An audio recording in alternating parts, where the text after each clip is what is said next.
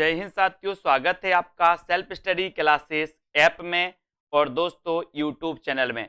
दोस्तों अगर अभी तक आपने सेल्फ स्टडी क्लासेस का ऐप डाउनलोड नहीं किया तो आज ही सेल्फ स्टडी क्लासेस का ऐप जरूर डाउनलोड करें।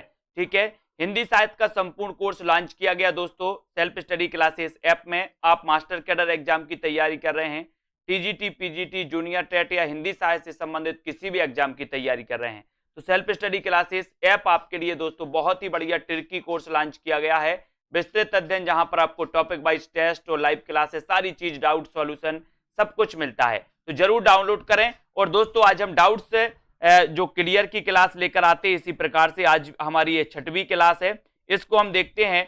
आपसे पूछा जाता है ढोला मारूरा दोहा के रचनाकार कौन है। ढोला मारूरा दोहा के रचनाकार कौन है। अब दोस्तों ये डाउट्स नंबर 1, यहां पर आपकी दो चीजें मिलती हैं, एक तो कल्लोल कवि और दूसरा कौशल। ठीक है, अब दोस्तों क्वेश्चन में आपसे जब पूछा जाता है तो एक ही आता है, या तो कौशल विकल्प में देगा या कल्लोल कवि देगा। ऐसा क्यों? ऐसा इसलिए है कि सबसे पहले जो मूल रचना थी ढोला मारूरा दोहा वो कल्लोल कवि की थी, लेकिन दोस्तों बाद में कौशल ने इसमें और भी दोस्तों छंद जोड़े, है ना, कुछ पद और जोड़ दिए इस ढोला मारूरा दोहा में, तो ढोला मारूरा दोहा के रचनाकार कौशल को माना जाने लगा। लेकिन क्वेश्चन पूछा जाता है तो अपन को उत्तर कैसे लगाना? विकल्प अनुसार, क्योंकि ढोला मारूरा दोहा के रचनाकार कल्लोल कवि भी सही है और कौशल भी सही है। विकल्प अनुसार अपन को उत्तर कल्लोल कवि और कौशल लगाना, दोनों एक साथ विकल्प में कभी नहीं आएगा। ठीक है, तो ये डाउट्स नंबर 1 आपका क्लियर। दूसरा क्वेश्चन है दोस्तों, आप यहां पर कलम का जादूगर किसे कहा जाता है, यहां से क्वेश्चन आते हैं और दोस्तों कंफ्यूजन यहां से होता है भयंकर, है ना।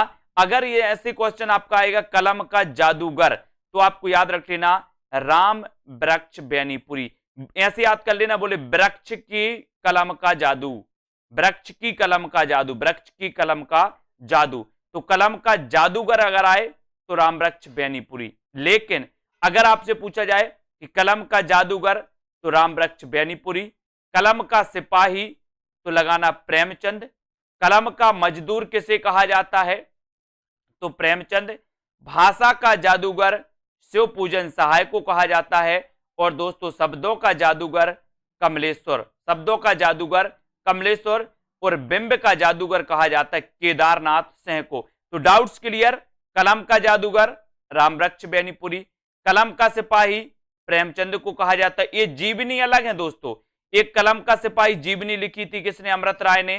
कलम का मजदूर जीवनी लिखी थी किसने? मदन गोपाल ने। लेकिन अगर कहा जाता है, ये आपसे पूछा जाए कि कलम का सिपाही किसे कहा जाता है तो आप बताओगे प्रेमचंद को। कलम का मजदूर किसे कहा जाता है तो प्रेमचंद को। भाषा का जादूगर किसे कहा जाता तो शिव पूजन सहाय, शब्दों का जादूगर किसे कहा जाता तो कमलेश्वर, बिंब का जादूगर केदारनाथ सिंह। ठीक है, तो इनको दोस्तों अपन को पढ़ना है, इनको याद करना है। ठीक है, और कलम का जादूगर पूछा गया था तो उत्तर होगा राम वृक्ष बेनीपुरी। क्वेश्चन कैसे भी आपसे पूछ लिया जाए आपको तैयार रहना है। ठीक है, अगला डाउट्स दोस्तों अपना है कवि सम्राट किसे कहा जाता है। दो क्वेश्चन यहां से बनते हैं, कौन कौन से? एक तो आपसे पूछा जाता है उपन्यास सम्राट किसे कहा जाता है, दूसरा क्वेश्चन आपसे पूछा जाता है कवि सम्राट किसे कहा जाता। तो दोनों में डाउट्स होता है कभी कभी। तो उपन्यास सम्राट अगर आपसे पूछा जाए तो आपको लगाना है प्रेमचंद, और अगर कवि सम्राट आपसे पूछा जाए तो आपको लगाना हरिऔध। हरिऔध ने दोस्तों नागरिक प्रचारिणी सभा में निःशुल्क सेवाएं दी थी, इसलिए वहां से इनको कवि सम्राट की उपाधि मिली थी। तो कवि सम्राट हरिऔध और उपन्यास सम्राट प्रेमचंद। बोले हरि चाहें तो कवि को सम्राट बना दें, हरि चाहें तो कवि को सम्राट बना दें, तो हरि से हरिऔध और कवि सम्राट हरिऔध, है ना, उपन्यास सम्राट प्रेमचंद। Doubts clear. अगला देखो, यहां पर आते हैं छायावाद का प्रवर्तक किसे माना जाता है। यहां भी बहुत सारे लोगों को डाउट्स है, कैसे? सबसे पहले तो क्वेश्चन नॉर्मल पूछा जाता है, कुछ लोगों की मन में धारणा है उत्तर मुकुटधर पांडे, यहां पर मुकुटधर पांडे नहीं होगा। अगर क्वेश्चन ऐसा आता है कि छायावाद का प्रवर्तक किसे माना जाता है तो आपका राइट आंसर हो जाएगा जयशंकर प्रसाद। अगर आपसे पूछा जाता है कि रामचंद्र शुक्ल ने छायावाद का प्रवर्तक किसे माना, तब आपका 100% उत्तर होगा मुकुटधर पांडे। अगर आपसे क्वेश्चन पूछा जाता है कि नंद दुलारी वाजपेयी ने छायावाद का प्रवर्तक किसे माना, तब आपका 100% उत्तर होगा पंत को। लेकिन नॉर्मल क्वेश्चन अगर पूछा जाता कि छायावाद का प्रवर्तक किसे माना जाता, तब आपका उत्तर होगा जयशंकर प्रसाद। ठीक है, और अगर आपसे पूछा जाता है कि ईला चंद्र जोशी ने छायावाद का प्रवर्तक किसे माना, तब आपका उत्तर भी होगा क्या, जयशंकर प्रसाद। तो यहां पर 4 विकल्प, 4 प्रश्न आपके बन जाते। रामचंद्र शुक्ल ने किसे माना, मुकुटधर पांडे।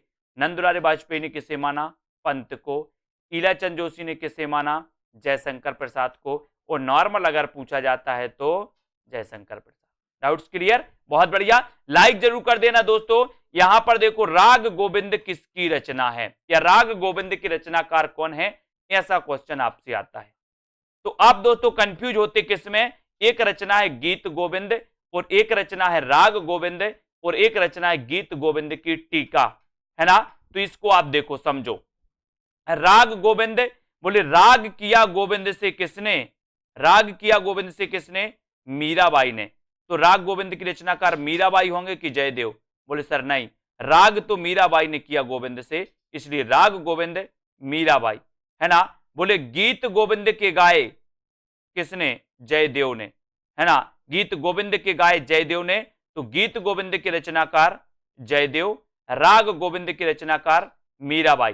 ठीक है, अब दोस्तों आपसे पूछा जाता है एक क्वेश्चन और, गीत गोविंद की टीका, गीत गोविंद की टीका, तो गीत गोविंद की टीका किसकी रचना है, तो ये गीत गोविंद की टीका मीराबाई की है।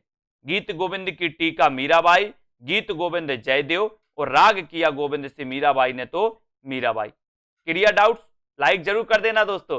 ठीक है, ऐसे ही आपके वीडियो आते रहेंगे और दोस्तों अपने डाउट्स क्लियर करते रहें। ऐसे कई प्रश्न आएंगे जो आपके डाउट्स में रहते हैं, आप गलत करके आते, जान जान के गलत करके आते। अब नहीं करना, लेकिन क्या करना है आपको, सेल्फ स्टडी क्लासेस ऐप जरूर डाउनलोड करना है।